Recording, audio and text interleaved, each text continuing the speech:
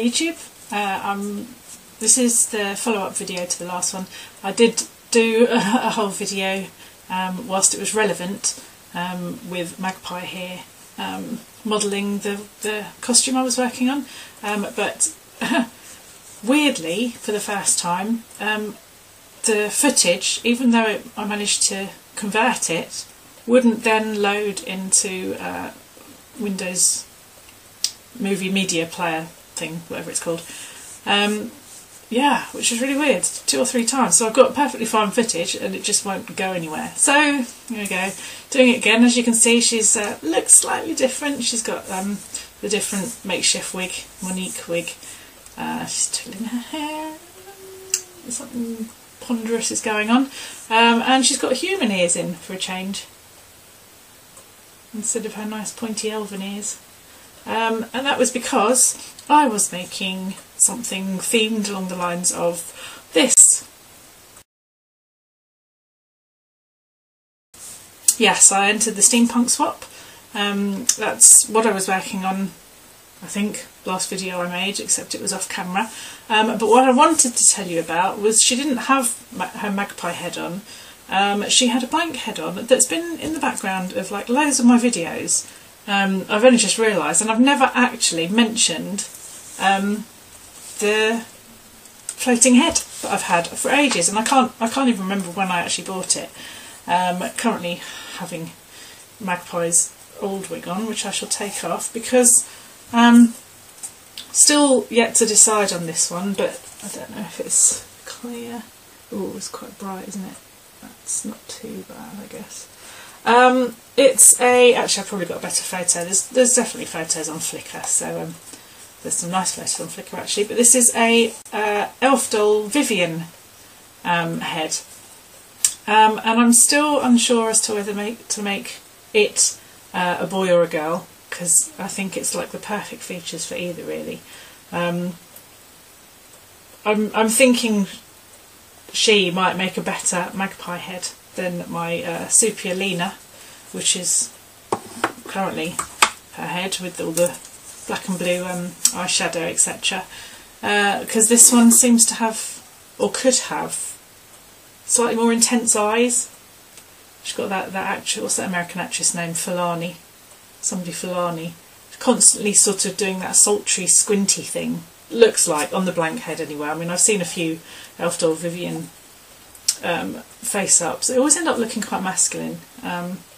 So I may go for a boy. I don't know yet, but that head has been bodding around in my videos for ages, but had an outing because was on this body for the longest time whilst I was making the costume. And I want to just run through the costume for the girl that actually received it, Jen, because quite a lot was involved in putting it together. So hopefully I'm going to run through some photos now whilst I'm talking to go through the stages of how the costume goes on. So it starts with the a basic sort of corset top or strapless top, which buttons down. It's got 3 buttons down the back. That's quite straightforward to put on, and then I think after that I either put the corset on, or the underbust corset, or the trousers or leggings, what have you. So there's a photo of those. The corset's laced up at the back, and then after that the belt contraption goes on, and it's got 3 straps from the front. It's got like a steampunk plate on the top, which there's actually 2 hooks that it hooks onto on the 3rd row of holes just to keep it secure, but it sort of looks like it's hanging off. There is an extra ribbon which goes round as a sort of a halter top round the neck, so that ties up behind the neck. The belt goes round the hips, and then at the bottom of the pouch, which goes on her hip, there's a strap that goes around one leg, and then there's another bit, a loose bit with quite a big loop, that actually loops over the part of the belt on the back that's got the buckle on it, and then the whole thing does up on the other side. So you kind of got a 3-way thing going on. very secure, and the doll can still move with that. And then, as opposed to sort of hand or upper arm or what have you, I made some little lace bits to go over the elbows, which I thought looked quite nice, because Victorians, I always get that image of Victorians rolling their sleeves up to count money, you know, with the little black band on, like in the Wild West or what have you. I just thought it would look good over the elbows. And there's also a couple of bits of lace to sort of tuck into the top of a pair of boots to make it look like socks, or just to keep the theme going in the top of boots. Or whatever she's got available for footwear. And then there's the goggles, which can either go on the face or on the hat in the good steampunk style, and the hand felted top hat that I made, steamed and shaped and stuff like that, which seemed to work quite well. Completely modelled by Magpie here, with her alternative wig look kind of thing, so that it was in keeping with the steampunk vibe. The neck thing wouldn't fit her because her neck's huge. These Supia necks are massive compared to most dolls, so I had to make that smaller than her neck, so it's just kind of sitting on in the pictures. But hopefully Jen will have some pictures up of hers. I hope it suits her. I hope she was happy.